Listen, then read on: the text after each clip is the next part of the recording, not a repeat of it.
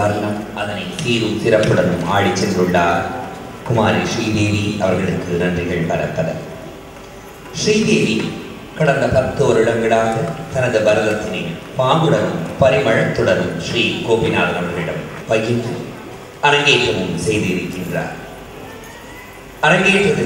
அரங்கேற்றம் செய்ததின் பலனாக பல இடங்களில் அவருடைய நாட்டியங்கள் நிகழ்ந்துள்ளன. ஏன் பல நாட்டிய போட்டிகளில் பங்கேற்று முதலிடம் வந்து தனது நாட்டிய குருவிற்கு பெருமையினை தேடித் தந்தவரும் இவரேயாவார். தான் படிக்கும் ஆதர்ஷ் கல்லூரியிலும் பற்பல நாட்டியங்களை ஆடி அனைவரின் மனதனையும் கவர்ந்தவர் இவர். நாட்டிய ஆசிரியர் மேல் மரியாதையும் அன்பும் நிறைய உண்டு இவருக்கு. எனவேதான் இந்த பரதக்கலையானது பரிபூரணமாக கிடைத்துள்ளது என்பது இவரது நாட்டியத்தின் மூலம் நாமே கண்டு கொண்டிருக்கின்றோம். இன்றைய நாட்டிய ஆசிரியர் திருவாளர் கோபிநாதன் ஐயா அவர்களை பற்றி சில வரிகள். பத்மபூஷன் பேராசிரியர் CV சந்திரசேகர் ஐயா அவர்களுடைய மூத்தமானவர். இவர் தனது நாட்டிய பாரவாளத்தினை கலாக்ஷேத்ரா குணசீலன் ஹரிஹரன் அவர்களிடம் பயின்றவர். ஸ்ரீ பரதகர ஆசிரமம் என்னும் ஒரு நாட்டிய பள்ளியினை 17 ஆண்டுகளாக பெரம்பூரிலும் திருவான்மையிலும் மிக சிறப்பாக நடத்தி வருகின்றார். இவருடைய சிறப்பே சிரத்தையுடனும் அதனை சிறார்களுக்கு கற்றுக் கொடுத்து செவ்வனை அரங்கேற்றம் செய்து ஒரு சிறந்த நாட்டிய மணிகளாக திகழச் செய்வதுமே இவருடைய சிறப்பு ஆகும். கோபிநாத் அவர்களுடைய துணைவியார் சுனிதாவும் சேர்ந்து நாட்டிய நிகழ்ச்சிகள் பல செய்தும் மாணவிகளை நாட்டியம் கற்பித்து வருவதிலும் அகாய சூரர்கள். பல நாடுகளுக்கு சென்று நாட்டியம் ஆடியும் கற்பித்தும் வருகின்றார் திரு கோபிநாத் அவர்கள். மலையாளத்தினை தாய்மொழியாக கொண்டிருந்தாலும் தமிழில் பாட்டுக்கள் அல்ல பெரிய வர்ணங்களை எழுதி அதை நாட்டியமாக வடிவமைப்பதிலும் மிகச் சிறந்தவர் இவர் திரு கோபிநாதன் அவர்கள். அவருக்கு நன்றிகள் பல. இந்த அருமையான நிகழ்விற்கு அமுதமாக பாடிக்கொண்டிருப்பவர் டாக்டர் பாரதி ரகுராமன் அவர்கள்.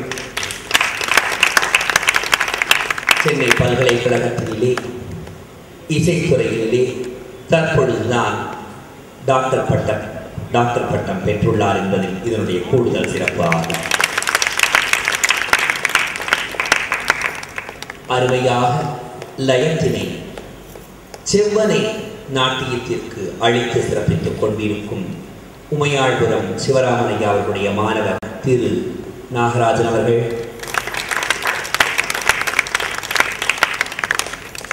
கலாக்ஷேத்ராவிலே வயலின் பேராசிரியராக இருந்தாலும் அனைத்து நாட்டிய நிகழ்ச்சிகளுக்கும் அந்த ஒவ்வொரு ஸ்வரங்களுக்கும் அழகாக அருமையாக வயலின் வாசித்துக் கொண்டிருப்பவர் திரு ஸ்ரீனிவாசன் அவர்கள். குழல் இனிது யாழ்கிறது என்று சொல்லுவார்கள். அந்த குழலின் மூலம் நம் நெஞ்சையெல்லாம் கொள்ளை கொண்டிருப்பவர் திருவாளர் சங்கரநாராயணன் அவர்கள்.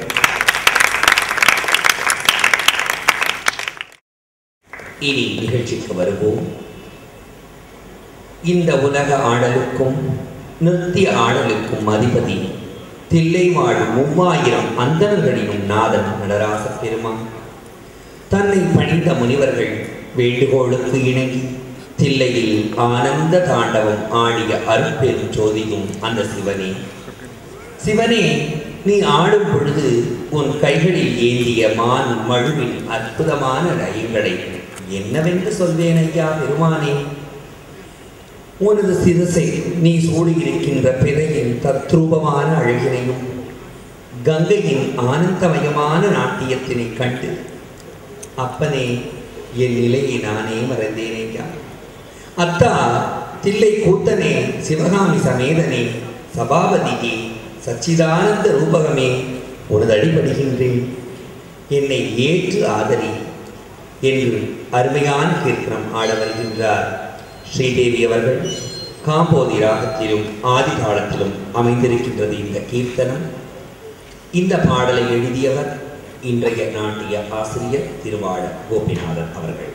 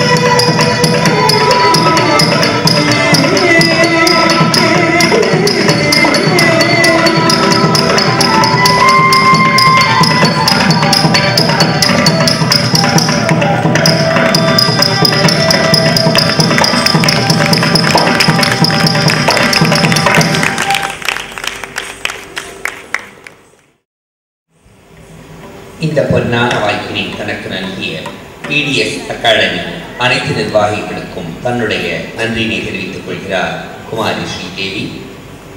மற்றும் ஒப்பனை செய்த விஜயகுமார் அவர்களுக்கும் அழகாக வீடியோ எடுக்கும் ராமசுவாமி ஐயா அவர்களுக்கும் நன்றியினை தெரிவித்துக் கொள்கின்றார். அடுத்தது ஜாவளி. அடிப்பெண்ணே அடிப்பெண்ணே, நீ நடக்கின்ற நடையும் தழுக்கும் கொலுக்கும் மினுக்கும் போதுமடி போதும்.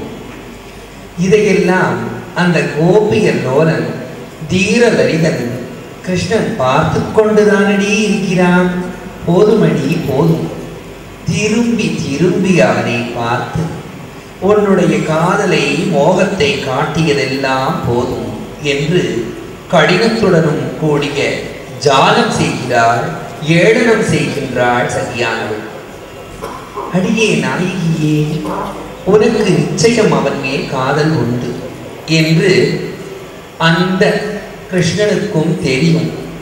எனவேதான் உன்னையே பார்த்து கொண்டிருக்கின்றான். உங்கள் இரண்டு பேரின் ஜாலங்களையும் என்னவென்று நான் சொல்வேன் என்று அங்கலாகிறாள் இந்த தோழி இந்த ஜாவளியின் மூலம். நாயகியானவள் அந்த கிருஷ்ணனின் இளமை பருவத்தினிலே செய்த குறும்புகளையும் விளையாட்டுக்களையும் திருட்டுத்தனங்களையும் நினைத்து நினைத்து சந்தோஷமடைந்து அந்த முரளீதரிடம் தன்னை சமர்ப்பிக்கின்றாள்.